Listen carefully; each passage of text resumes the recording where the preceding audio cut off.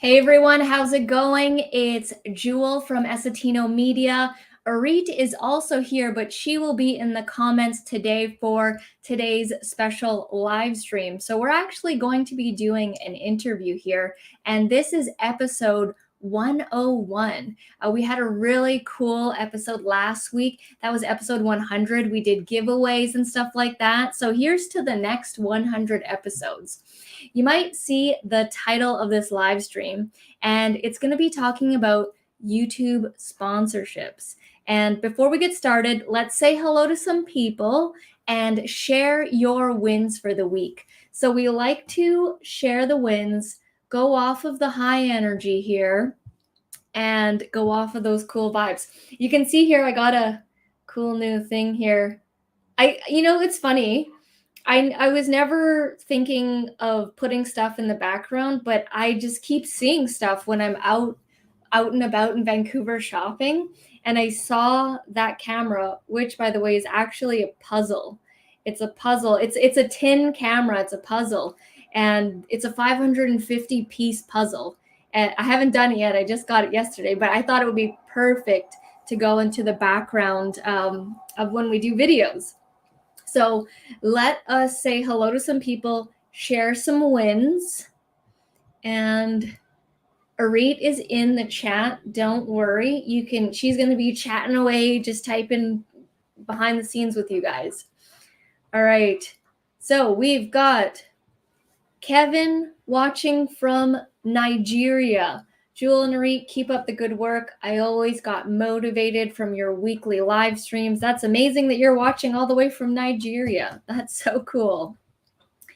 And yeah, last week was our 100 episodes. Yeah, the next 200, getting to 200, and if you think about it, that's 100 weeks. That's a lot of weeks. And you weren't able to watch it because it was 12:55 Nigeria time. Wow, crazy. It still blows me away that, I'm here in Vancouver, Canada, and you're watching all the way in Nigeria. That's so cool. And no worries, Lisa. Thank you so much for always tuning in, watching the replay. We appreciate your support. And as you can see, Arit is in the chat here. She will be responding to you guys. And she's asking who was dancing during that intro. We hear that song every week. We've got Timothy in the house. Hey, Timothy. Brenda. Hey, Brenda. How's it going? We're going to be talking about YouTube sponsorship. So if you guys are into wanting to learn about that, we've got an amazing guest who's going to talk all about that. Jojo's in the house. Hey, Jojo. And CF Moto Side Rider Roland. Monica. Hey, Monica. Great call with you earlier today. Keep crushing it with your YouTube channel. We've got Phil Wyatt in the house. Win for Timothy. He made a promo video and it got you $180 sale of an airbrush and accessories. That's the way to do it, right? That's the way to do it. These videos that you put on your channel or content in general, it's very powerful. You can easily convert someone into a sale, and it's an awesome thing to do with your YouTube channel. And with the profitable channel here that you see scrolling down below, and that's why we have our next guest here, is to teach you all these things. You're already putting content out there. Might as well earn a living off of it. Jojo was dancing. Win from Arit. This is Arit.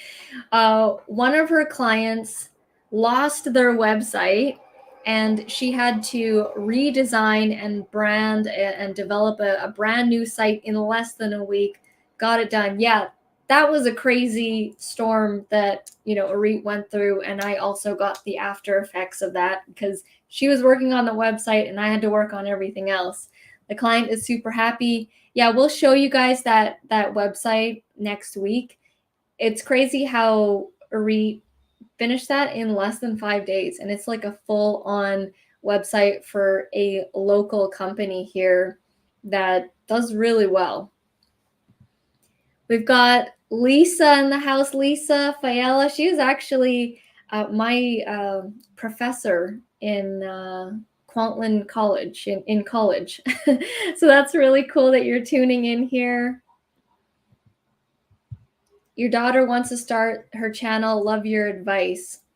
Well, your daughter's really young. I think she's like maybe 5, 6, 7 years old. My advice would be to create videos and content on stuff that you already like doing, right? Obviously, she probably doesn't have any concept of, views or subscribers yet. I'm not sure, but always follow what you would do with or without money, and that'll keep you in the game longer. And just start. Also start, and she's really young, so she can try out a bunch of different types of videos and get to where you'd want to, the kind of channel you'd like. A lot of people who make it on YouTube, they've tried lots of different things before they find the one that they like. So I would say just get started, have fun with it, see what kinds you like doing. All right, we've got Melda in the house. Melda242. Hey, you're a new viewer. Where are you watching from? And yeah, website in less than a week. It was like crucial because this was a local services and it went down, and they like get searched in Google and stuff. So it was like emergency. Good job, Arit. You hear that, Arit? Win for me, win for Phil. 3 subscribers away from 10K. If you are not subscribed to Phil Wyatt Projects, help him get to 10K. All right, here. Win for Monica. Monica was able to raise $75,000 and closed one pre-construction condo on June 14th. Now it's you're going to rent it out in Toronto. Amazing, Monica.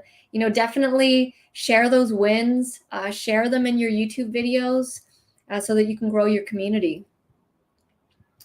Awesome. Lisa's daughter's 8. She's listening. That's amazing. Wow, you went to Kwantlen. That's crazy. I used to study in BC as well. What did you major with? So I actually never made it to the end. I dropped out after year 2. I was supposed to go into the nursing program. I was just taking random things to get into nursing.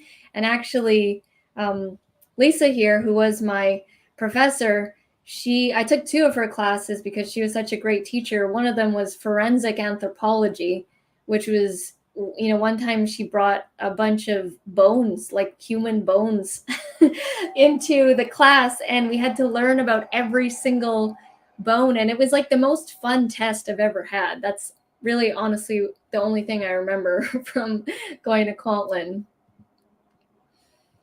All right, here. Okay, a couple more comments here. We've got Tracy in the house. Good evening, everyone. Finally got some rain here in Saskatchewan. It's been raining a lot here in Vancouver, which is weird for June. People are saying great. Oh, Melda's watching from the Bahamas. Nice. I don't think we've had someone watching on the live stream from the Bahamas. That's cool. Bahamas was fun. I remember going there. That was fun. Okay, yeah, no worries. It was great memories. You're an amazing professor. Okay, here we go. Let's bring on our guest. And today we're talking about YouTube sponsorships and how to actually make money with that. So on our channel, we've done a little bit of it. It's not our main thing. We have gotten sponsored on a couple videos, but we haven't done big money or anything like that with sponsored videos. So let us bring onto the stream here. I'm just going to change this here. Rise in the house. Hey Rise, Jewel. How's it going? Pretty good. Pretty good. Yeah, excited to talk about this topic. And it's really cool because your channel's not very old. And your channel doesn't even have 15,000 subscribers. I'm one of those cases that for people who are trying to figure out what can go right with YouTube, it's one of those cases sometimes. By the way, this is my dog Ed with a $100 gift card that I won on the last live stream. I kept my word and I bought a bunch of dog treats. We rocked and rolled. Eddie's extremely thankful. Oh, and this was one of the coolest things that I got in the mail. You don't realize that I'm keeping this forever now. It's part of my YouTube journey for life. Nice. And this was freaking genius because I guarantee you I'm going to find these numbers one day and be like, I need your help. I need your help. It was genius.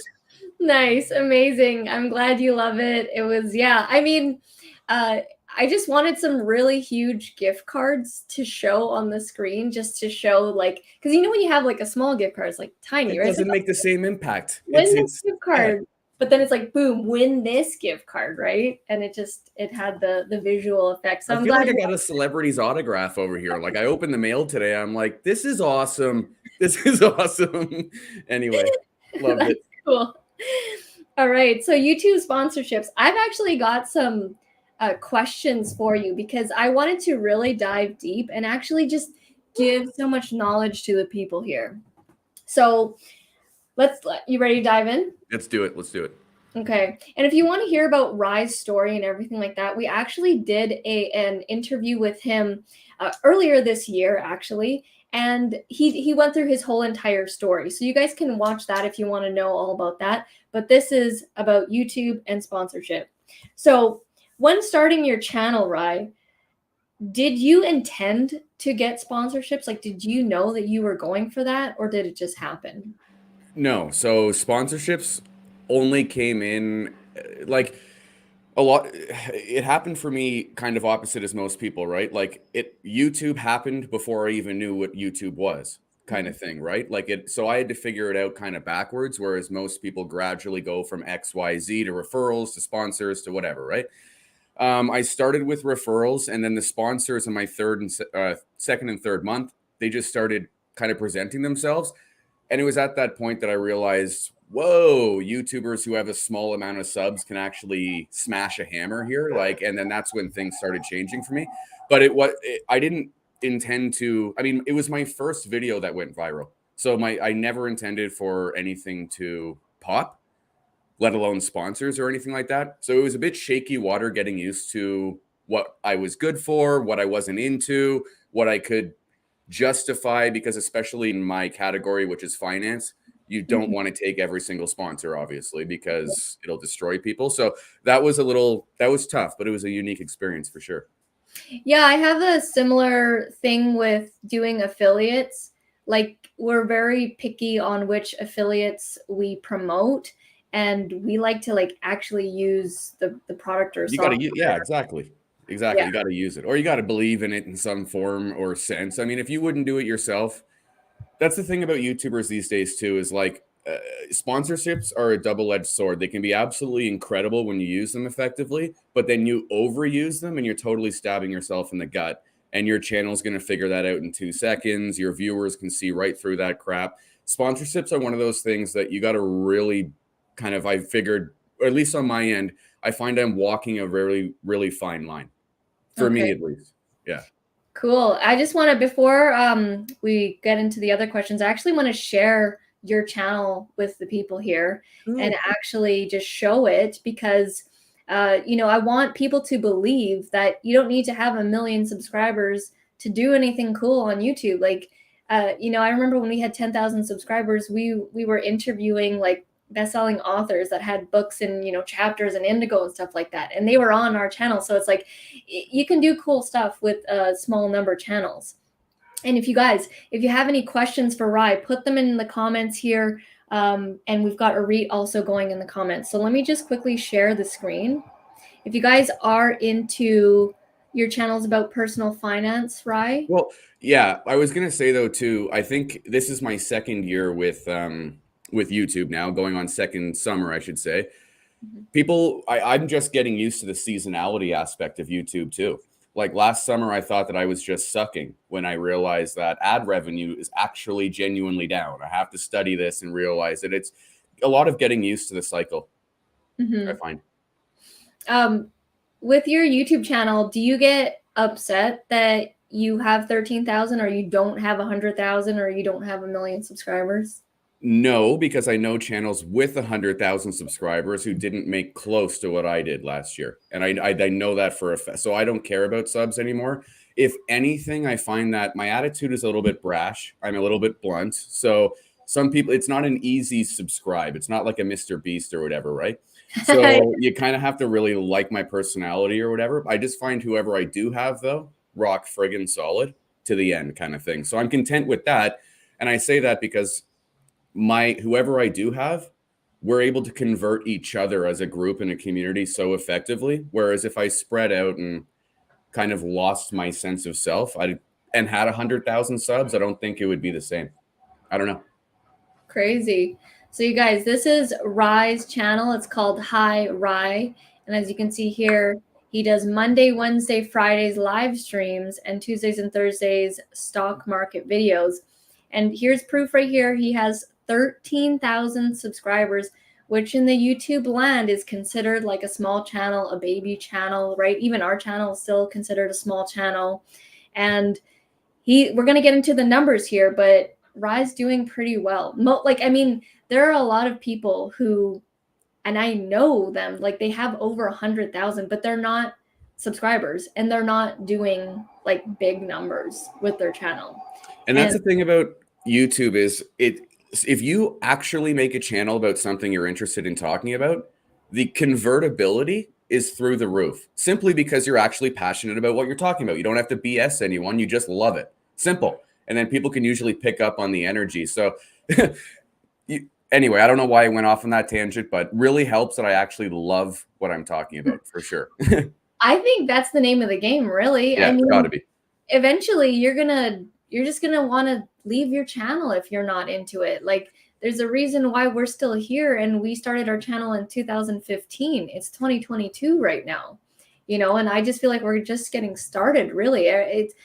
It's crazy what the simple advice of do something you love can go, because so many people don't. Like it's sad. And you can tell when people are doing things that they actually like you said, people can feel the energy. Yeah. Now, with that being said, do you think your channel makes a lot more because you're in the finance industry, or you think that other channels can also do this with different niches? I think that what I'm making now is simply because of my personality. Why I exploded at the beginning has a lot to do with finance and what happened last year. So two sides of the same coin on that. I think now, though, the only reason I'm still making money and a living on YouTube is because I got lucky and I was able to sustain it with my personality and push it from there. Wouldn't have been able to do that. Like, I mean, I'd love to go into the journey too, because your last video, we were talking about my struggles with consistency. And it's still a struggle of mine, consistency. And I find I'm getting to a point where that's my only issue on YouTube, is figuring out what my style is, if that makes sense. Not even schedule, but what my outflow style's got to be. That's my biggest issue on YouTube, is figuring that out. Interesting. Within the last 1 to 2 years with our channel, like our videos have actually changed as well, because I've always done like tutorial videos in a very just straight to the point, didn't really do jokes or anything, and just like didn't really have too many visual aspects going on. It's only in the last, I'd say, year and a half or so I started adding in audios and b-rolls and things like that, because I was also getting bored with my own content. And I was like, oh, I need to shake things up for myself when I'm editing it, because I was actually getting bored. So I guess, you need to find your feel, your thing. What's your, do you have personal channels that you watch that you like their specific style, or you want to create your own style? Yeah, I did. And I found that like it's only going to get you so far if you try to mimic styles that you like yourself, kind of thing. So I ran into that roadblock, I'd say last year. And it was only recently, because it was only about a month ago, I decided, okay, I got to go hard on this or not at all, make a decision kind of thing on what I'm doing. And it was only recently I started putting a lot more of my personality into my videos. And I have 10 times more fun doing it. So I think if I can make it through the summer and the markets, yada, yada, I'll be okay. But I have more fun now for sure. Nice. All right, so you guys, this is Rai's channel. Subscribe to him if you are interested in finance videos. Let's head back to the stream here and get into some other questions. If you have questions, definitely put them in. All right, let's see here. What area of finance? Did you answer that already? Everything amateur. We're basically starting from square one and seeing what we can do. That's how this channel started, with a broke guy and $100. And then it was very relatable, obviously, post-COVID. A lot more of this is explained in their last video, but more of a generalized amateur approach in general to financial freedom. That's Ed. I love your dog. It's just on your back. Do you work with a private equity or public company, or only public companies? Both. So when we're talking about sponsorships, public companies is where you start. Sorry, guys, that's Eddie. So public companies is where you start getting into risk, obviously. Private equity tends to involve a service, which is a lot easier to take on as a sponsor, obviously. But I do both. Both have actually. I was sending Jewel a message today. I had something a corporate disclosure today, actually, on public companies. Very first thing I got was heat on my Facebook. Somebody says, "Oh, I guess Ryan's in the pocket of XYZ." And I'm like, oh, okay, well, this has been disclosed for a year and a half, but it's always one of those things. Public companies are risky, but I prefer private equity, but they're few and far between. Yeah, I saw that. That was crazy. And Timothy's loving your comment about loving being passionate about your content equals consistency. All right, so let's get into some numbers here, because I'm sure people are wondering that. And on our channel, we love sharing the numbers and what we make on videos and things like that, because I want to normalize it for people so that they can believe that they can do it as well. And it's like we're just regular people, just finding our way on YouTube and making a living off of it. So on average, what are you making on your videos that are sponsored? I'm going to break it down into 3 sections, simply because there's been 3 cycles with the stock market lately, right? So when I first started my channel and was a nobody, let's say, and I don't mean a nobody, but in the stock world or whatever, let's say I had, I think, 8,000 subs. My very first video was $600. Okay. My very first one ever was $600. Canadian or US? Sorry, it was Canadian. I was just happy to get on the board. You know what I mean? I'm like, okay, I probably about 7,500 subs. After that, when I was at about 10,500 subs, I had about 7 to 8 sponsors line up kind of in a row. And for that, because the market was in a massive push upward, I was getting my vibe on YouTube. I thought I could justify more. I charged $2,350 for every 12 minutes. And now, since the market has gone down, they're not coming to my door anymore, obviously. So now it's up to me to kind of door knock them, in which case I'm going down. So right now I'm at 1,000 plus a unique commission structure, however we work that out or whatever. So that's kind of where I'm trying to evaluate it now. Like, believe it or not, too, I'll make more on a video with its $1,000 plus commission as opposed to a $2,300 video. Like, I did one sponsor with Neo, which is accessible to anyone to be an affiliate kind of thing. They paid me $1,000, and I ended up making 3,300 something on commission. So you can see how like one 12 to 13 minute video at the end of the year can be $4,000, $5,000, $6,000. And if you get a handful of those a month, once a month, twice a month, whatever, you're out of the ballpark. It's over at that point. When you say commission, does that mean your affiliate link? You're making the money off of affiliate commissions? Yeah, like I'll get them to either generate me my own code, like a special high-rise code or whatever. And if they don't want to generate me my own code, then I just simply charge way more for the video, at which point they always say, no, we'll get you your own code. So it's okay. They always want to pay less up front, but they'll always pay more in the long run. It's hilarious. It's a way to take advantage of it. But I know a lot of people prefer to be paid the lump sum upfront. One thing I've learned with sponsors, though, is that I'll never do a video for only commission, period. Like, that's never happening. You're going to pay me a minimum of $1,000 for 12 minutes, period. Because it's obviously not just 12 minutes. It's the video that's 12 minutes, right? But $1,000 plus my own unique commission structure, that's the minimum. And then if you want to buy me out of my commission, yeah, then we're like $2,350, which is that disclosure I sent you today. That was my chunk of that. And then, can be up to $3,000. It depends what I'm talking about. If I feel like I got a really good video, I can push the message because I actually believe in it, they're going to pay me $3,000. Because if they've already agreed to 23, I'll get the 3. You know what I mean? I won't stop emailing them till I get it. But yeah. Do they pay you before or after the video is released? Are they having to approve what you say? Yeah. So I almost always reject people who force me to send it to them for approval. Just because on stock side of things, I don't believe that's true. You want me to make a review video, I'll make a review video, good, bad, or ugly, right? Now, usually I don't take stuff I don't like. Otherwise, I'd be setting myself up. Yeah. So, like, they don't review it. At the beginning, I demanded to be paid up front, but I have a certain relationship with 2 people now where I'm extremely comfortable being paid by the quarter, which is lame, but it comes in batches, right? So that's pretty cool. And I saw that video about Neo, and I was like, oh, he's probably making a good amount of money off of this video. Like by the end of the year, like they paid me $1,000. By the end of the year, that video is going to be a $3,000 video. It took me 4 hours tops, including the research and the email communications, not just the filming. I mean, the moment I even acknowledged this human being's presence at Neo till the moment that it posted on YouTube, 4 hours, just to give people an idea, with a channel for 13,000 subs.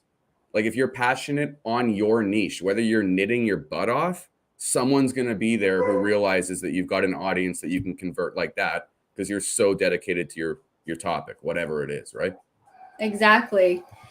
And that's exactly why we wanted to do this interview with you, Rai.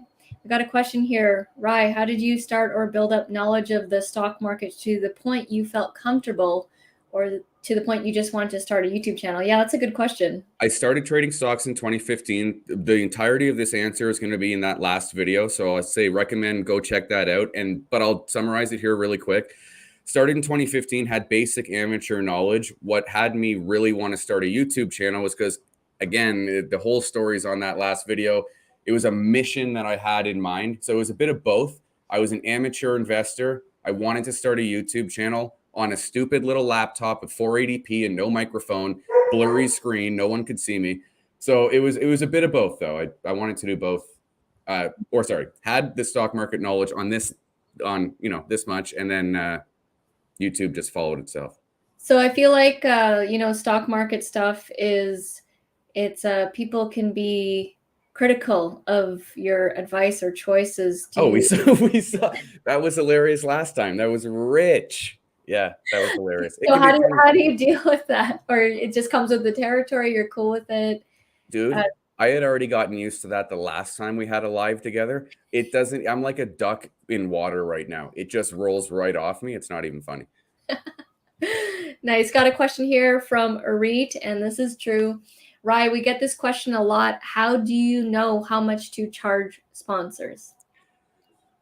It totally varies by people because I like to minimum charge what I charge for a video. How I structure though my commission fees, for instance, or what we do after the fact on a side bonus, that's always unique. Like it usually depends if it's a heavy hitting quick option. I mean, like for me, I'll give you an example. Borrowell, they offer free credit scores. It's free, okay? So it doesn't cost anyone anything. You just put your email in, you get your credit score. They'll throw me $16 every time somebody does that. Now it's free, but at the same time, because it's free, they're not making too much money. They're not going to go too far outside the block. I know that, so I know I can't really push them.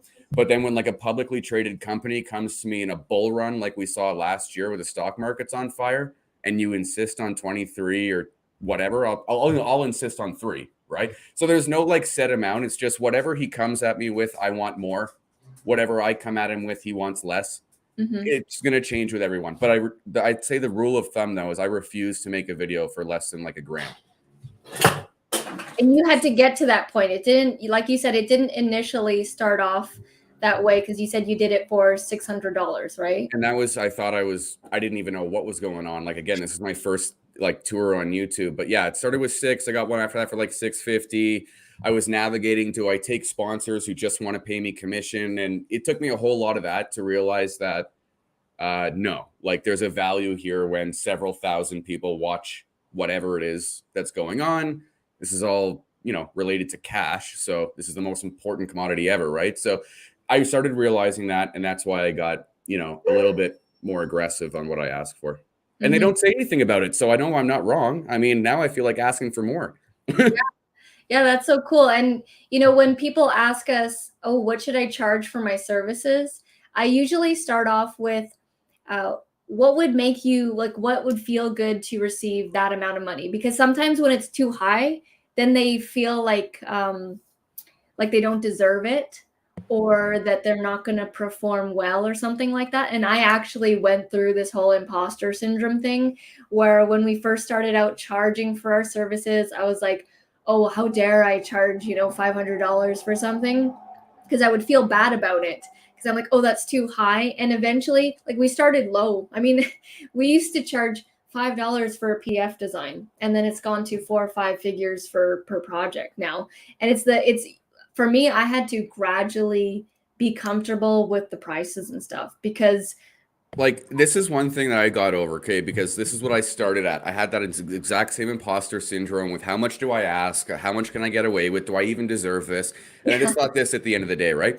Whether I'm willing to accept it for 500 or willing to accept it for $5,000, I'm going to get the exact same amount of likes and dislikes, the exact same amount of love and hate on that video, regardless. So I'd rather be paid $5,000. Simple as that.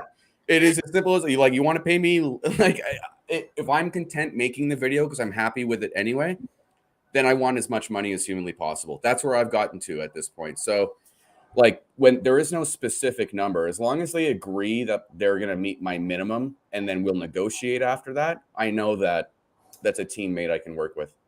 Amazing. Timothy says, Ryan, do you have a website, and do you use that for monetization? And if so, how? I have a custom domain that has no website. I will be getting one soon. And that's probably where I'm going to take advantage of these freaking cards, because I'm going to need one soon, because they're very, I mean, even just in case something ever happened with YouTube or whatever, I need to have my stuff elsewhere. It's a good idea. Haven't done it yet. Yeah, that's pretty crazy that you're making this kind of money and you don't even have a website yet. That's pretty cool. And 2 years on YouTube, 13,000 subscribers. Listen to these numbers, you guys. This is the 4-minute mile here. You can do it too.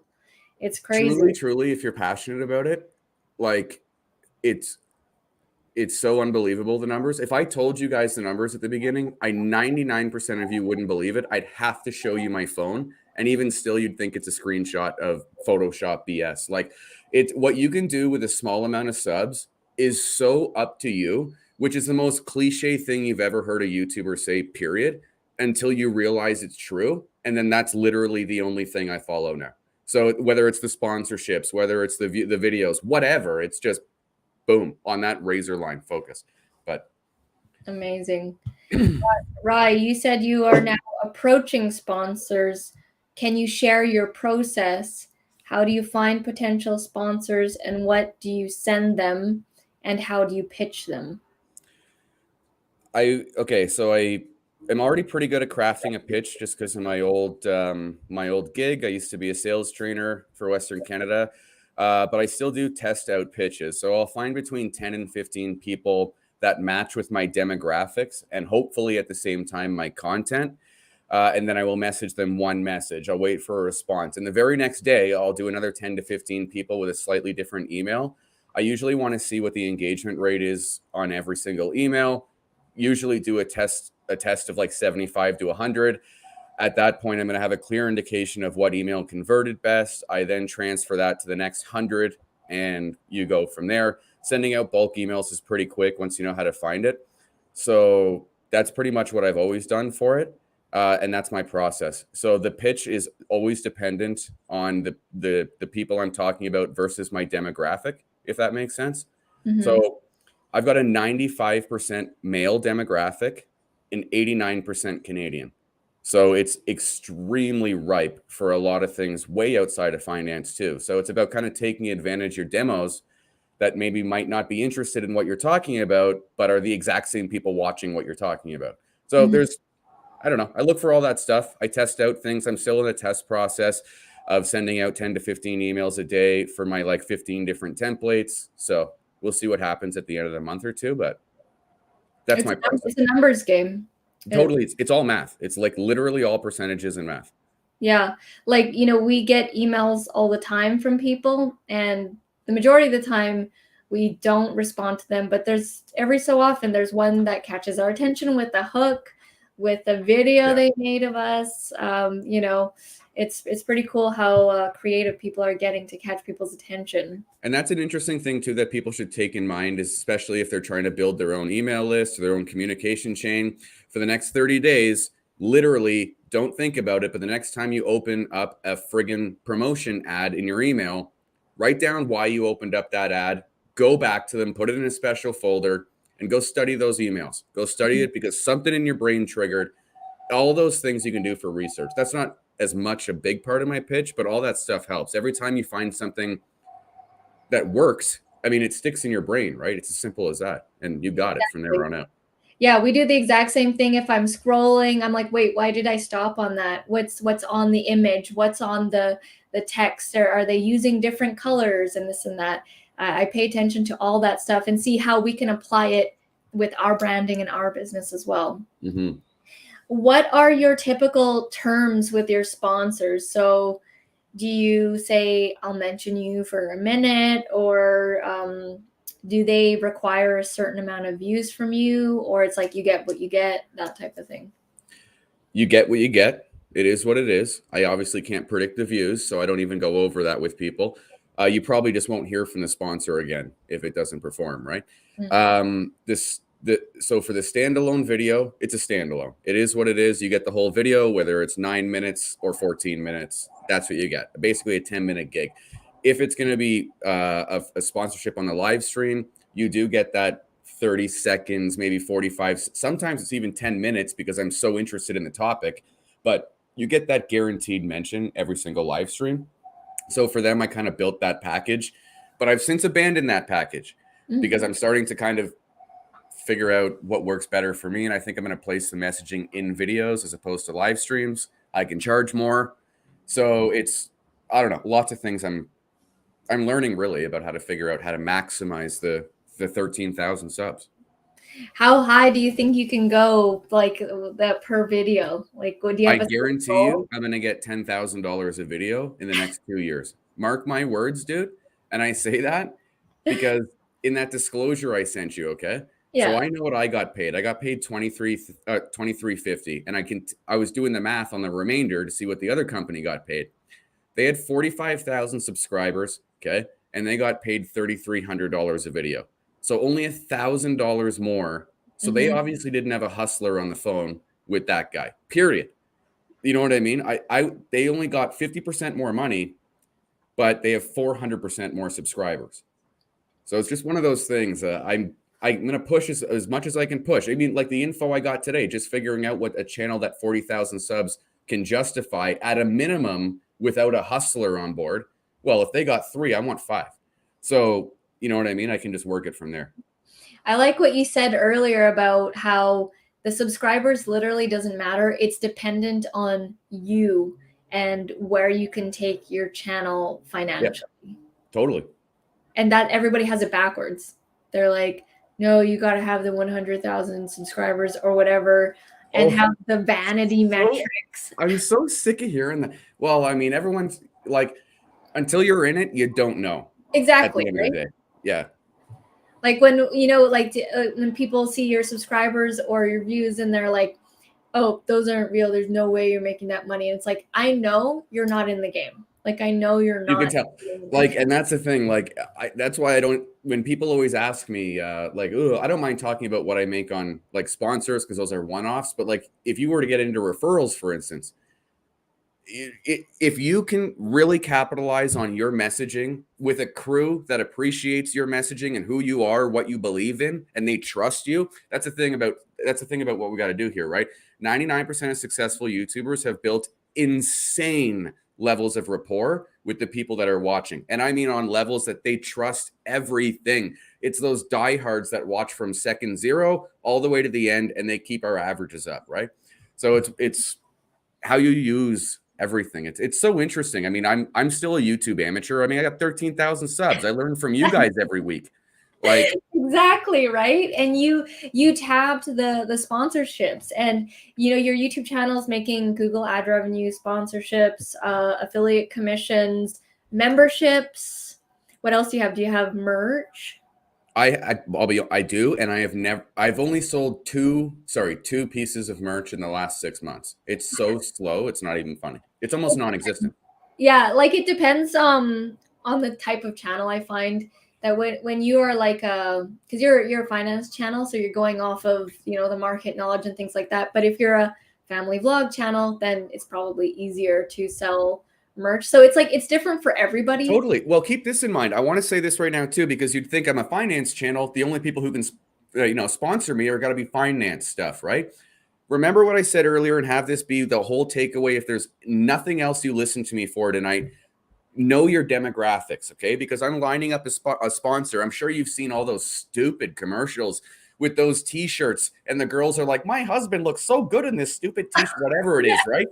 They're on board with my channel, and we're working out a deal right now because, again, I'm 95% male, 89 whatever percent Canadian, and my audience will eat that crap up, right? And it's like, I want the t-shirts myself. It doesn't have anything to do with finance. So I'm totally taking advantage of the demo. Like that's one. I'd say, you know what, Jewel, if I could say it earlier, that's my win of the week, really, is acknowledging the power of the demo.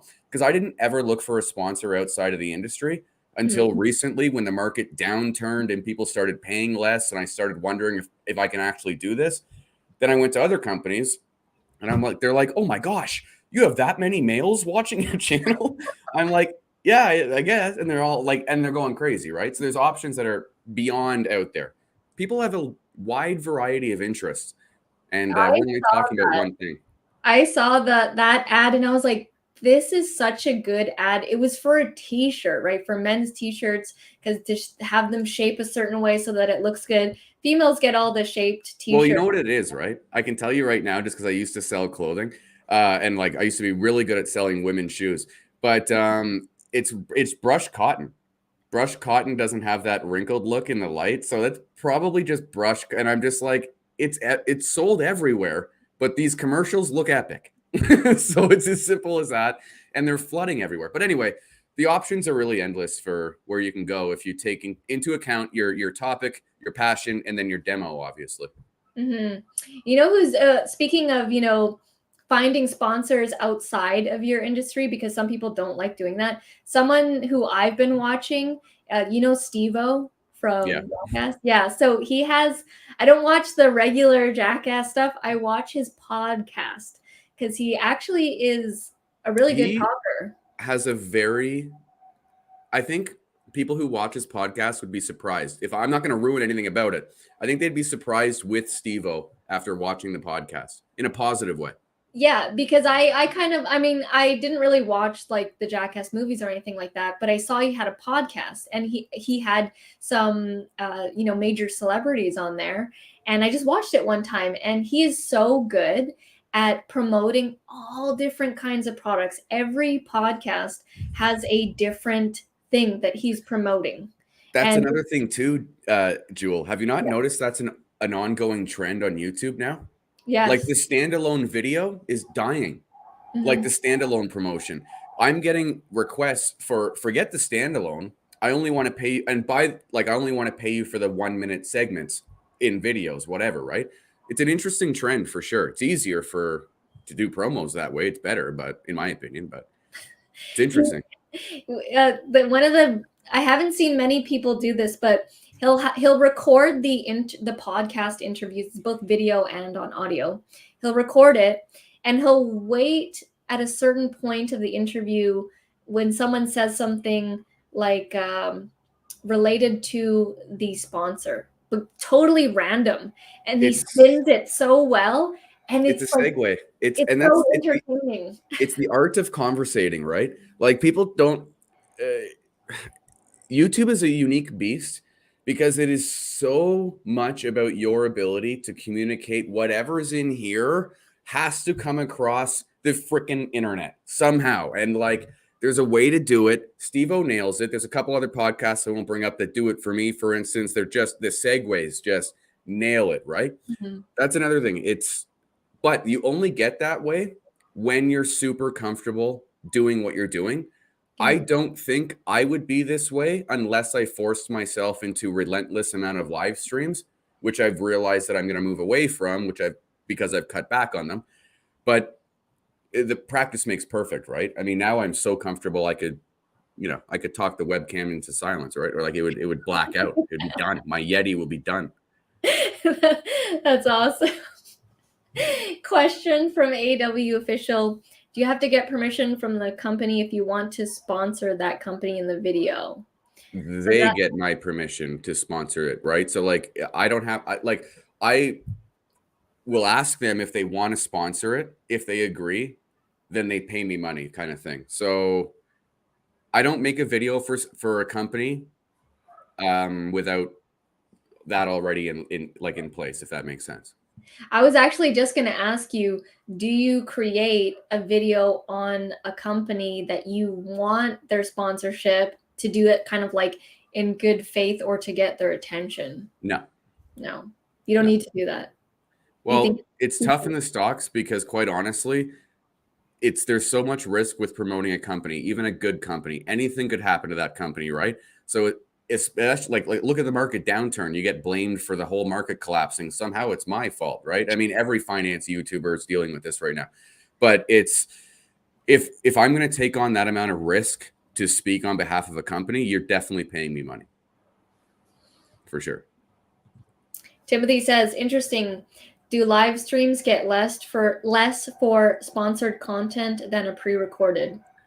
In my experience, I'd say yes, simply because they get typically less views. Okay. At least on my end. On my end, they do. And then you're obviously mentioning, and then you put the link in the description as the first link. Is that what you do for the? If it's a service, yeah. But if it's like a publicly traded company, I'll just tell, for instance, 30 seconds to a minute what the breaking news is this week. That's what they pay me for. Move on. It's just to keep it relevant in people's minds. It's like the repetition factor, right? Cool. This is so fascinating because I've never really gone into sponsorships that much. Like the highest we've ever gotten was like 500 per video, and it's usually for products like this microphone or something, or this webcam, or some sort of camera accessory.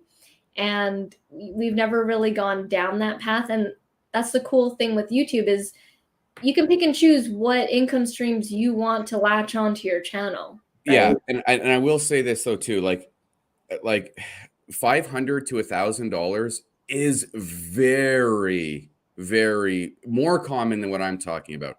So if people are like, how is this guy actually thinking he's going to get $5,000 for a video? How is he getting 2,300 for a video? I'm dealing with money. People, I mentioned this line last time. People won't kill for a Klondike bar, but they'll kill for cash, right? Like it's so important. People spend like crazy.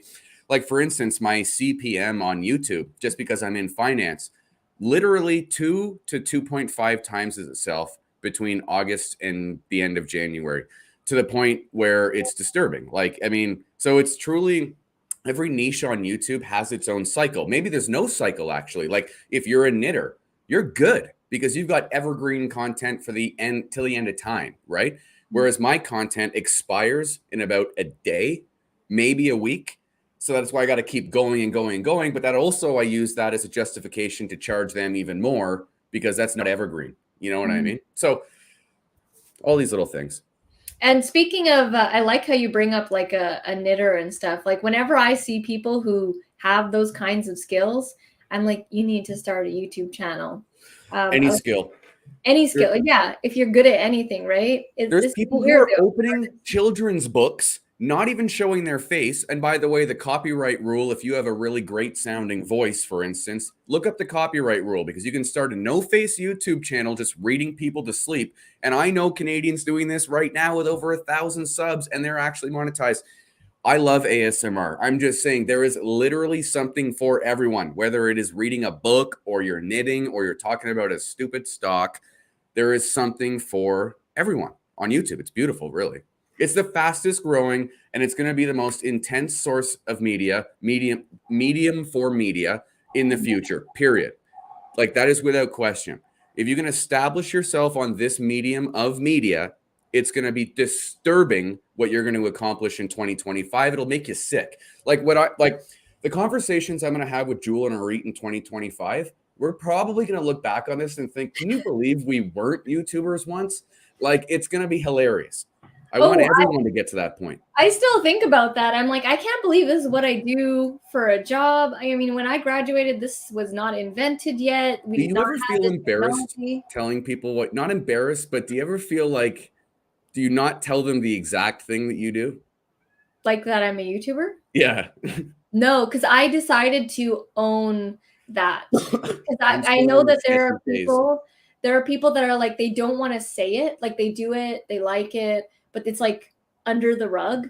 From the very beginning, when we had 1,000 subscribers, I was telling people I'm a YouTuber because it's a pattern interrupt for people because most people aren't that, even though it seems like there's a lot. When you're walking around in the streets in the real world, most people aren't doing what you're doing. I made the mistake once though. I got my hair cut. One of my favorite barber shops, okay, ticked me off because I love this place, okay? And the guy's like, what do you do for a living? I'm like, it's been about a year now. I'm on YouTube. Everyone in the place, I'm like, oh my God, I got like no subs because they're not going to believe me what I make, right? I got like 10,000 subs. They're going to be like, oh my God, okay, YouTuber, okay, cut his hair. And I'm just like, you know what? Never again. Never again. Also ran into an awkward problem with a girl who was obsessed with it. And I was like, never again. So now I just tell people I'm a consultant for an online social media company. It works. It works for me. You're going on the professional side of it. Yeah. I just consultant social media. Yeah, no, I actually get really good reactions. They're always like, oh yeah, what's your channel? Like every time when I'm eating at a restaurant, they always pull out their phone and look up our YouTube channel. I mean, you guys have the subs that feel proud though. Like if I said I'm a full-time YouTuber, no, that's the problem with YouTube too. The outsiders is that they actually believe you need a certain amount of subs to make money. Yes, yeah. That's the problem. Is like that's maybe why I'm embarrassed. Like if I had 50,000 subs, probably not. But if I go to a restaurant and they're like, "You have 10,000 subs, you're a full-time YouTuber," it's like, "I made a lot of money last year." Okay, buddy. And they go and get me my glass of Coke, whatever, right? Like it's awkward. I totally get it. And I got those exact same reactions when we had 1,000, 3,000 subscribers. We were doing the same celebrations that we're doing now where, we get the YouTube cake and stuff like that. Like I made myself my own trophy when I got 1,000 and 3,000 subscribers. And yeah, you are going to get people that are going to like, not really, but you know what's funny? It's jealousy. Remember we talked about that jealousy, like jealousy for YouTubers? Because they're always jealousy for YouTubers sounds like a book. Subs and he's making bank. I must be an idiot, and I'm not an idiot. You know what I mean? Like it's the complete. It's so crazy. It's an ignorance on YouTube. People don't realize that, like YouTube is one of those things where it's like if you can't see anything in front of you. Okay, you're walking down a path, you can't see a dang thing in front of you, except there's a point when the fog clears and you can see everything. Problem is, most people don't get to the point where the fog clears and they bail and they have no clue what's going on. And that's their knowledge of YouTube. It's just this foggy mess of gray black matter that makes no sense. Meanwhile, everyone who actually made it past that sees it's something entirely different. Exactly. Yeah. It's a totally different world. And yeah, when I say that line, they're like, the second follow-up question is, can you actually make money on YouTube? Like it's still the number one question we get. And that's why, I have to do posts like that and show people because it's like they actually seriously don't believe it. But people who've been following our journey since our 1,000 subscribers, like now, like past 10, people were like, they react differently now. They react. Yeah, I don't know what it is. 10 gives you that extra little oomph on your channel. Not to mention you can start having channel members. You start getting those boast of revenue. It's just kind of nice too. Yeah, 10,000's that mark where you're not super tiny, but you're like a small guy you're a small fish in a big pond is what you are at that point. Yeah, definitely. Let's see here. AW official saying, do you also have to have the amount of subscribers to do a sponsor? So they only have 15 subscribers. That's not going to get you a sponsor. I will say this, don't worry as much about subscribers, worry more about the videos. If you have 2,000 subs, but you're getting 2,000 views a video, okay, you're going to get a sponsor. If you have 10,000 subs and you're getting 2,000 views a video, like I was, you're going to get a sponsor. Same thing if you have 100,000 subs and 2,000 views, you'll get that same priced sponsor. They pay per view. Same reason why we have CPM metrics and RPM metrics on YouTube. Like these guys have been doing this longer than we've even been alive and breathing, right? So they're going to be paying on metrics we don't even understand. Don't worry about your sub count. Worry about how valuable you can turn your subs into, right? So get them watching every episode. That's number one, period. Forget the sub count. Amazing. I might be totally wrong on that. That's just my opinion. So that's how you've done it, right? Yeah, that's how I've done it. So Melda saying, this is so interesting. I'm so happy I decided to join you here. Amazing. And Timothy, yeah, Timothy's loving the channel as well. And hey, Michael Jordan fans are the worst. NBA. I like Michael Jordan fans. Me too. I am a Michael Jordan fan. Heck yeah, own it. Yeah, I purposely say it because I know it's not the norm, and they're like, really? They might have a good reaction, they might have a bad reaction, but I honestly don't care because I like it. Like, this is what I do. We've got MD Reacts. Hey, how's it going? And let's see here. Arit. The power of a loyal small following is highly underestimated. More companies and brands want to work with small channels and be in front of these micro communities. Yes, it's very micro communities have one thing that bigger communities don't, and it's a sense of closeness. Okay. So this is why you could live in the suburbs and know your neighbors. You live in Toronto, you're fearful.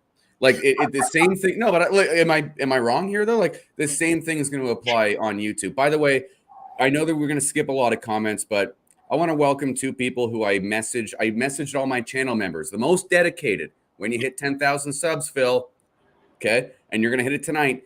Jason Spooner, if we go down to his comment, he's a hilarious comment. And then Riley Mack below him. Literally, these two, when we're talking about a dedicated community, these two guys have been with me through thick, thin, and everything in between, constantly contributing. And it's about the community, right? Like these two are literally a perfect example of what a small community loyalty does. Those, and I'm glad you guys, if there was any two people who were going to come, it was those two. That's amazing. So glad you guys are here supporting Rye here on the channel. Rye is dropping some bombs here, not holding back at all, you guys. If you have any questions about sponsorships, please share them. And let's go back to this. Yeah. The micro influencers, they're huge. Like companies want them now. Before it was only they wanted like big YouTubers or big this, big that. But the microness of everything is extremely powerful. And you kind of have to switch your thinking. If you think that you won't get picked, then you won't get picked, you know? Well, you know what I love about this comment and how it relates to SEO, which is perfect for your community? Everyone wants to go over the most popular keywords and they take the most popular number 1, number 2, all the way through number 10, okay? And they get nowhere. Why do you think you're going to get nowhere? It's because you're a nobody competing with the most popular keywords, period, against Nike or this or that or whatever, right? Small fish, big pond kind of thing, right? Like go with the middle ones. Whenever I do SEO, I never go top. Never. If anything, I'll go with the ones with a 30 ranking, a 40 ranking, and I'm always number 1. Period. No, but I'd rather be number 1 on that keyword than not rank at all. That's my one thing with SEO too. Like anyway, on the micro community as opposed to the highly popular big stuff. But yeah, sorry. No, that is our exact SEO strategy because there you go. I mean, awesome. Okay. That's what we teach because I'm like, everybody's going over there. I want to run the other direction that's also getting searched. You know, that's the whole key here is that you may have 1 million searches over there, but you might have, I don't know, 20,000 to 50,000 searches over here that people aren't ranking for that you actually have a chance for. Well, My very first website I ever created, okay? I took that approach on SEO. I started a silver and gold website where I was just selling silver and gold. What I would do is I would buy silver from a store at 23 bucks and sell it for 25. And yes, this worked, okay? So how I ranked on page number 1 of Google, okay? I focused the entirety of my SEO on a garbage keyword, which was grand opening sale on the specific day for a week. Okay. And I just put those days in. I was page 1 for Google. I made about $800 my first day on my first website ever created at 13 years old. SEO Wait, hold on. You ranked for grand opening sale with the date. What? Friggin' right, dude. I did it. And at like 13 years old, I made 800 bucks selling silver that I didn't even own yet. So the money went to my bank account. Then I went to the store. Let's say I got 800 bucks. I would spend 650 on the silver, ship it off. There's my 150. And that was SEO entirely as a 13-year-old kid. So for people, and I was ignorant. So for people who doubt SEO and what, Orit and Jewel can teach on that front, and I might have to learn something, but it's SEO is going to bring bank. It's period. I mean, I hate to say it, but that's amazing. And I freaking love that story. That's so cool. That reminds me of all the random stuff I did when I was young. But yes, SEO is like our whole thing. It's we like to rank for search. We don't typically like to go for the viralness, just for our mental sanity, because I know what it does to you when you just trying to go for the latest and greatest, whatever's happening news that's just come out at the moment. That's why we love evergreen content, and that's why we do SEO. And that's why I always go the other direction, and I make up a lot of stuff. So once you've been doing this for a while, you can see what is going to do well. Like, for example, there's a software called ClickFunnels, and do a quick search, and I'm like, okay, there's not many tutorials on a certain topic. It's not necessarily ranking in the SEO. It just means that nobody's created videos on that. And so I like to go for completely obscure stuff that haven't been done yet. And that's the the most ClickFunnels genius videos way to do it. do amazing. I gotta tell you, like, okay, look, for people who are insane, okay, you would do it the old-fashioned way and try to promote the most popular keywords whatsoever. Let's just say you're hunting something that has the potential for 1,000 searches a day. You're going to get 100 views, okay? Of which those people will be disappointed because that's really not probably in line with the competitors that they had options, right? You go obscure, like what Jewel just said, and defined on your keyword. Not only have they gone so far out of their way to type that keyword to find you, but you're the only cat there. Yeah. You're the only cat there. You've got it. It's the fish is on the hook. Yeah. I mean, and that's where you've got to provide the content so that they keep coming back, which of course you guys do. But it's brilliant. Yeah. Yeah, you definitely, I mean, like, because it's like they searched for it, they Exactly. found you, and you've solved their problem. We're a how-to tutorial channel, and now they're indebted to you. They're loyal to you now, and you've gained a fan. And they're like, they think in their head, if this was provided to me for free, what if I paid, for some service or something that they're offering? And it happens a lot. They're like, are you selling anything? And it just happens when you give value. Now, there are some people who don't want to give all the knowledge for free on YouTube. What are your thoughts on that? Like how to grow a YouTube channel? No, just, I mean, like, how we're doing this live stream about sponsorship, and I'm like asking you in-depth stuff, and you're just saying exactly, here's how I make it, here's how I got it. Like, you're not holding back. There are people that hold back with their knowledge because they're like, they want to keep it a secret, right? And they feel like they shouldn't give it out. Okay, that's a good question. And now this is where you're going to start recognizing my brash and blunt attitude. So whether or not everyone hears the story, I don't really care about that. It's about inspiring people, for one. Everyone has a different path forward, period. My path is going to be totally different than someone else's, and they might get there faster. So forget all that stuff. I tend not to worry about it. You know what I mean? I tend not to worry about that stuff. And I don't want to sound rude or anything, but I don't No. worry about it at all. Yeah. Yeah. And you just give the knowledge, Friggin' right? Jason Spoon. Could we give this guy donation from the nickel and dime crew? Spoons. He's been here for a while. I love you, Spoons. What a rock. I Shout think out. Thank loyalty. you so much, man. Appreciate it. Awesome super chat. What did he said something here? Where was that comment? Here we go. Join Rise Nickel and Dime crew on his channel. That's your membership, right? Your YouTube membership? Well, no, you could come subscribe to the channel. We call ourselves a nickel and dime crew because we started with nickels and dimes. But if you want to be a channel member like Jay, feel free. If not, just be a sub and hit like and subscribe. But Jason, Riley, Mac, we've got about 75, 80 people who've been here from the beginning as channel members. They're just killing it. Absolutely. Like Jason Spooner is a perfect example of what happens when you stay loyal to a community. If anyone wants to follow my channel, I'm not getting into it. That's a drive to go watch some videos. You want to see how the lives have changed with some people, go see Jason Spooner and how him in this community. It's crazy. But that's not just him in my community. Look at me in your community.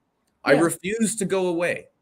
I pay $5 a month for a channel membership for you guys, and I love every second of it. I watched a 2022 Camtasia video that actually saved me a lot of money because I don't need any of the features in it, to be honest. Yes. So, and like, I don't know. And I felt I had to be, you know, I say it how it is in the videos, right?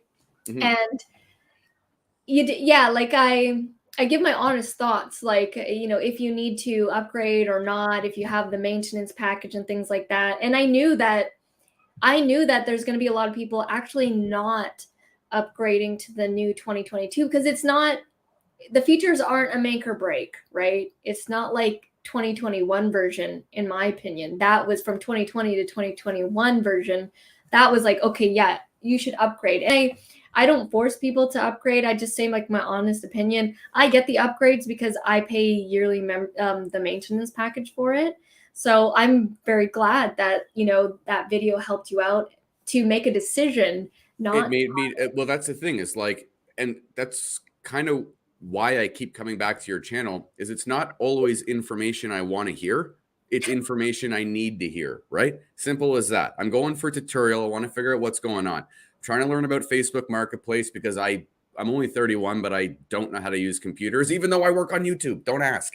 But that's another story. You said that you're not great with technology, but here I have no clue what I'm doing half the time. I just figured out what color LUT was on my videos, and it's making the color pretty vibrant. So like that's how far behind I am too. We got another one, SM Finance. Welcome aboard, buddy. But no, like I'm learning more on. The reason I pay $5 a month is because I get something from your channel every single month. Whether or not I get zero from your channel for 2 months or $1,000 worth of info all in a week. Like it is worth it. That's what I love about tight communities. And that's what always is going to beat out the bigger guys, like the 100,000 guys with no connection to their crew ever. A live stream really brings people together. I mean, look at your crew here. This is a really high energy. Every time I come here with you guys, we're friggin' high energy. We're rocking and rolling here. We're killing it, guys. And it, you know, it started from the pandemic, right? Because we knew that everybody was scared at that time because we started it in end of April 2020, and it was just the height of everything. We didn't know what the hell was going to happen to the earth, right? It was just a weird time, and we just wanted to be there for people and just show that, hey, tune in every day and just hang out with us for an hour, just chill, ask questions. And it turned into this show, you being here right now. I don't think we would have met because you were a fan from back then, but I only saw you when you came on the live stream. Yeah. Or you made a comment or something. Yeah. Yeah. Amazing. This is an awesome comment. Lol, if you're in Toronto, you're fearful. It's true. It's true. It's so different from Vancouver. It's so different. Melda's loving the content. Tracy from Little Garden on the Prairies. Great live stream, Rye. Something to think about for my channel for sure. So let's do some advice here for Tracy. She's got a gardening channel. Any advice for her? She's got 2,500 subs. Her main revenue right now is from Google ad revenue, which is going up right now. And she's starting to get like a spike in views. Like certain videos are popping off. What would you do? Would you tell her to just keep doing it, or reach out, or have a thing in the description? What would you say? I would always be taking advantage of the description for anything that you use in your videos or anything that you like or whatever. As for gardening, you're going to see a natural spike every spring probably. It's going to be the inverse of what I see every year. So I wouldn't really think about that outside of the fact that, like, use the time wisely when it is pumping like this. So maybe time for more content. As for Sorry, can you repeat that? I lost my train of thought after Yeah, that. no. So gardening channel. How would you give her advice on sponsorships? Well, what tools do you use? I mean, are there gloves that I don't want to sound sexist because I don't garden, so I don't know what she's doing, but I mean, like, are there gloves? Are there tools that work just for you that wouldn't work for anyone else? Something like that is without a doubt probably the easiest thing. We've got Phil from Great Outdoors who tested chainsaws, right? I Yeah. learned that on so I mean, there's product placement everywhere. You're wearing 5 sponsors every time you fill yourself in the garden, right? So that's it, number one. So it's really just, and then you, like I said earlier, what are you doing? Are you passionate? What's your demo? Mm-hmm. So you've already got 5 products that you don't even realize that you're using in this thing that you could reach out to if you wanted. Combine that with your demo. How do you associate that now to create a pitch to bring to whoever and go from there? That would be my advice. I'm not a gardener, even though I'd love to be, but I'm not a gardener, unfortunately. But that's going to be a slow and steady wins the race. You're not going to be completely evergreen. That's my honest advice, simply because the fact that you're going to have a dead season. So I would do what I try to do it. I don't know if Jewel and Arit have a dead season, but I know I do. So right now is my dead season. I'm trying to compensate, but I know now going forward for my up seasons, which is Christmas between, again, August and January, I'm going to have to go, absolutely to the wall, like It's on interesting stuff. you say about the dead season, because actually before the pandemic, it was like, summertime, because people are just, going away, having fun and stuff like that. But I would say that the pandemic has changed things, and people are just like, I need to get online and I need to do this, I need to do that. And people aren't really taking the summer vacations right now. They're just, I They're mean, not. And you know what? Maybe the dead season only applies to me now because the market's crashing like 1929. But I would say that I'm still learning. I don't know much about how to run a gardening channel. All I can say though is to definitely take advantage of the math offered to you by YouTube. The math and the analytics provide more information than you could gather from talking to them, from anything. And you want to keep talking to them. But the math is clear as day. 1 + 1 is 2. So it's nice. Use the analytics. Yeah, I would say, I mean, one of the things is she uses a specific soil that I have now been using for repotting some of my plants. And, Does it work? it Work does well? actually, Okay. because I bought dollar store soil initially That because I doesn't was work, Jewel. like, dirt is dirt, but it's not really. It's not. There's different qualities of it. There's And, dirt and then yeah, there's dirt. $20 dirt per bag and then $1 dirt per bag. Total difference. They smell different, and they definitely help the plant better. People are loving your story. That was a cool story with the gold and silver. I bet you have tons of stories like I that. got so many stories. I will say this. I don't want to ever pressure Jewel and Arit because we're on totally different channel types. But if they ever want me back to talk just YouTube stuff, I'll come back anytime. I love these combos. Because I Yeah, learn stuff too. Yeah. I think the people are loving it as well. AW official went to go subscribe. You are a rock star, my friend. A&W all the way. And, Mama Burger. have you seen the prices gone up on the Mama Burger and all of It's them? ridiculous. Dude, I don't even know what to do anymore. It's, well, you know what ticks me off? I don't know. Yeah, prices are up on everything. They're up on everything. Can't I get was away from it. shocked to see that on the Mama Burger. Really, I was like, what? Was it $7 or $8 for a one patty Mama Burger? You know what got me is I went to McDonald's the other day and I got a large Coke during what I thought was dollar drink days for the last decade. And they charged me $1.50 plus tax. And I'm like, you son of a gun. Because it's changing. It ticks me off so much. I'm gonna make myself sound old here, but like I remember when Big Mac meal was $5. You know what Oh I my mean? God. Like you could go get a Happy Meal for $4, a burger for $1.19. Like, I mean, you'd go there with your friends in high school, order 15 of them thinking you're hilarious, and it would cost you like a 15 bucks. It was crazy, dude. $20 bill, 15 burgers. Wait, no, I remember when they did when they wanted to price it as if it were back then. So they would do the 59-cent cheeseburgers or 49-cent hamburgers. Me and my sister would go $20 and we'd be like, how many burgers does this get us? And we would just eat all of them for the next couple of days. Nice. I've done it. We've all done it. The 90s. The 90s. How old are you? Are you my age? Without going Well, your I'm older than you. I don't Oh, think I've told this before, but I was born 1986, so okay. Not much. Okay. Similar. 36, Look 37. at another channel member, Riley Mack. You friggin' awesome rock star. Thank you so much for coming over here, by the way, and supporting this channel, Riley. You are absolutely amazing. I told only my channel members, so they're rock stars of rock stars.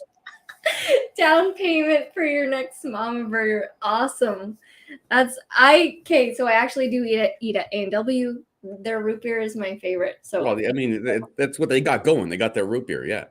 their root beer is unbeatable. I can hear Reek laughing in the background because the comments here. I have uproared about the Mama Burger going to $8. Like $8 for a Mama Burger? I'm it's out. like I'm out.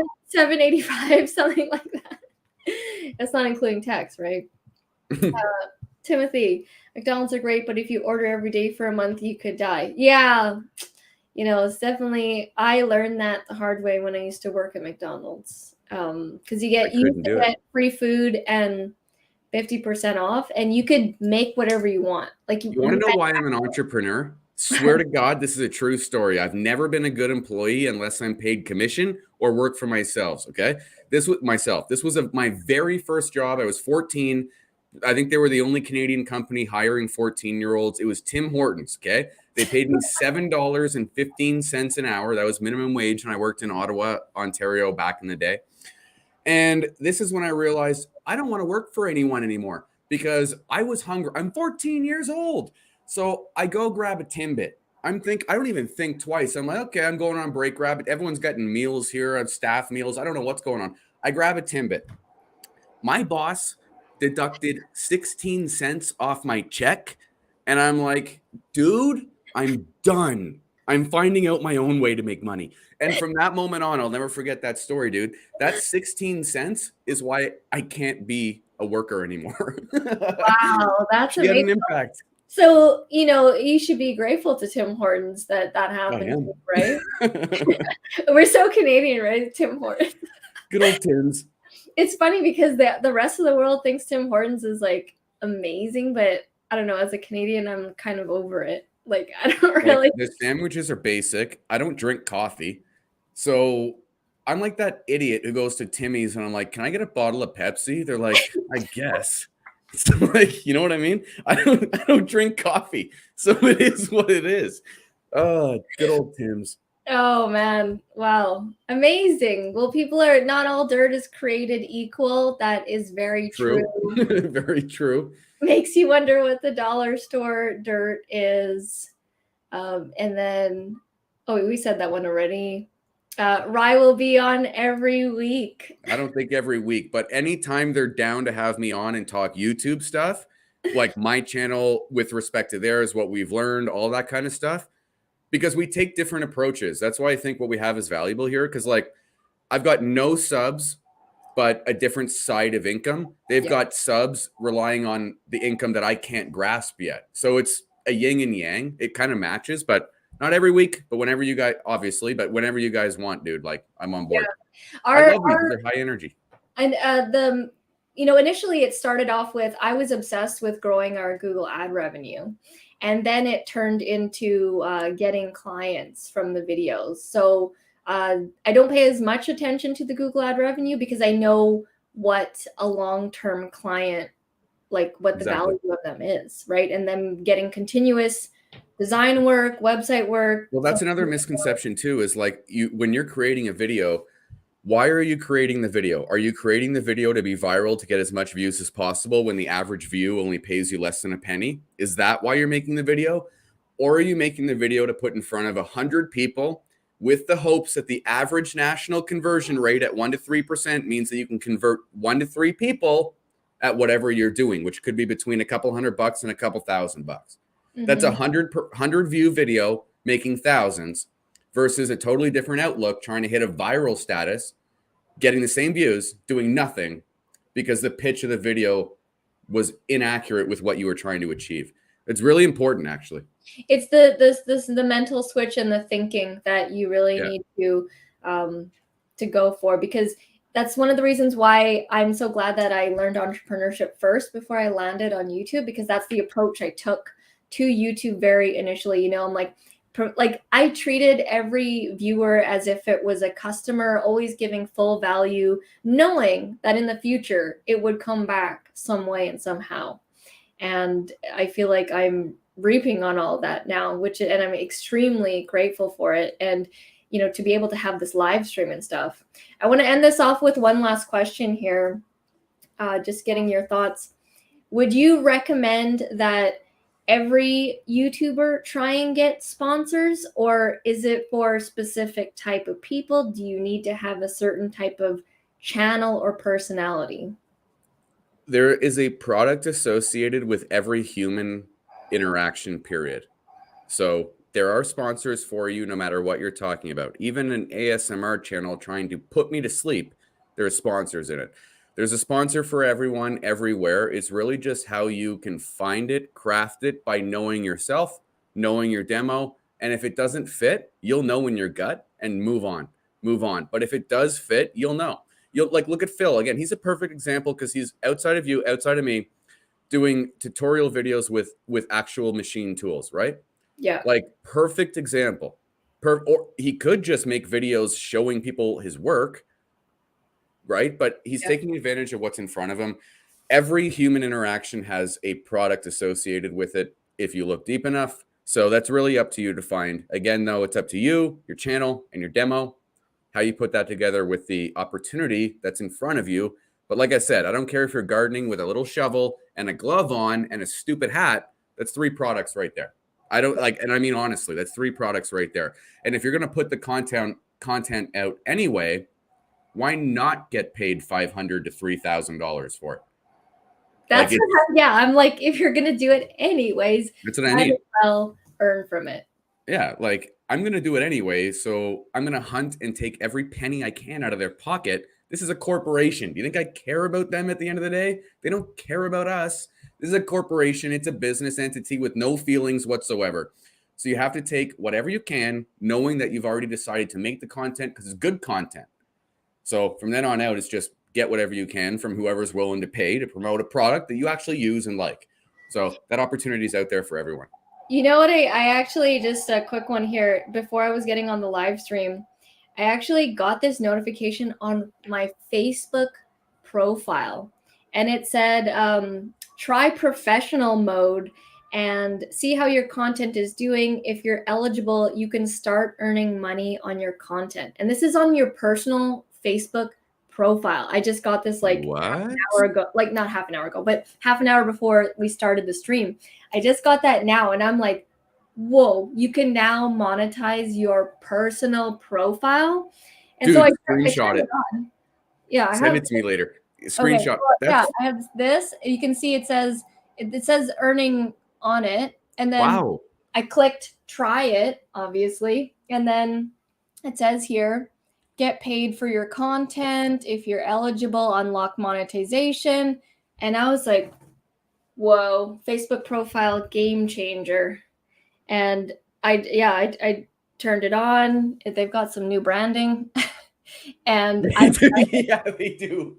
right?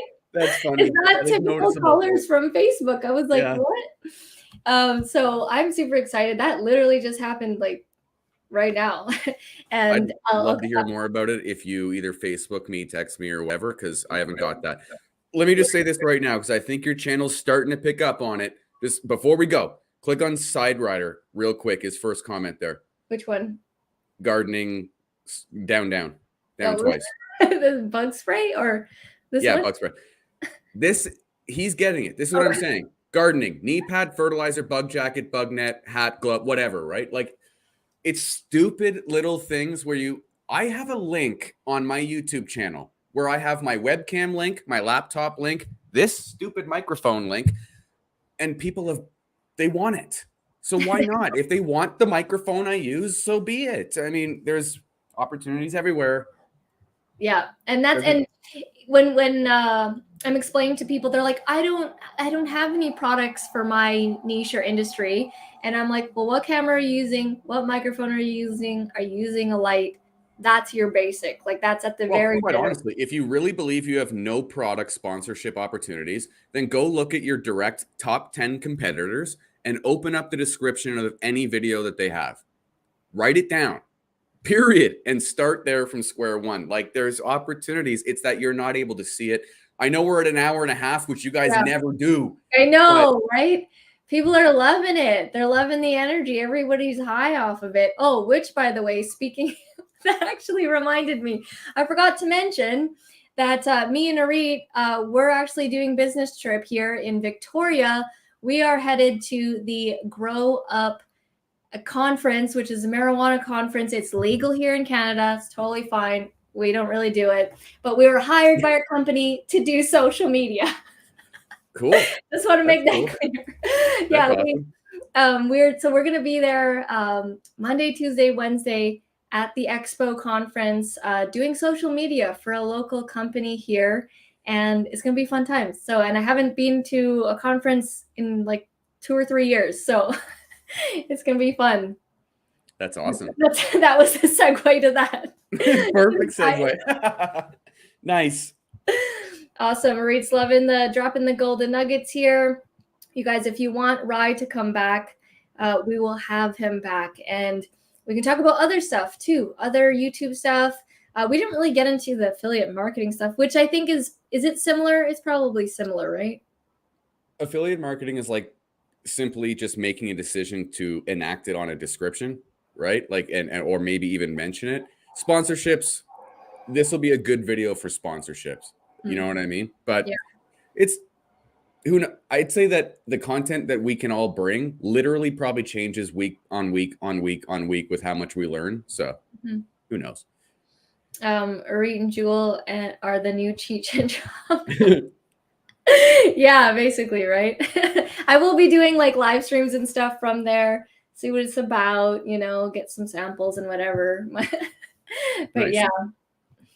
Awesome. All right. People are loving it. Thank you so much, Rye. Do you have any last words for people about sponsorships or anything else? Any advice, really? Outside of the fact that this is going to be a make or break for YouTubers, in my opinion, over the next 6 months, stick with it simply because everything's going to be rough. Ad revenue, this, that, whatever else. I don't know if you're monetized or not, but make it to the next ad revenue season in the fall and then readdress things if you're actually feeling sketch. And if you're not feeling sketch, then hit rewind on the video because we were dropping friggin' golden nuggets left and right here. So rewatch it. And if you want to know what the whole story was from the beginning, they already have a live stream on that, which you can find somewhere. That's so funny. I always say rewind the video as well.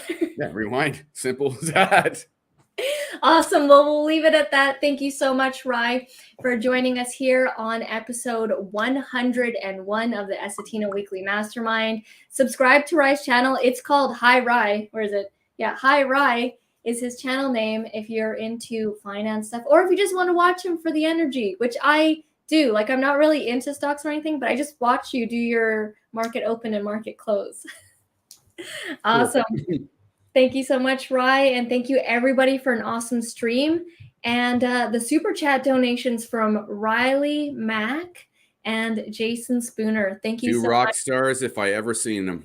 Period. Appreciate it. Thank you so much. All right, everyone. Thank you so much. And we'll see you next Thursday at 6 p.m. PST.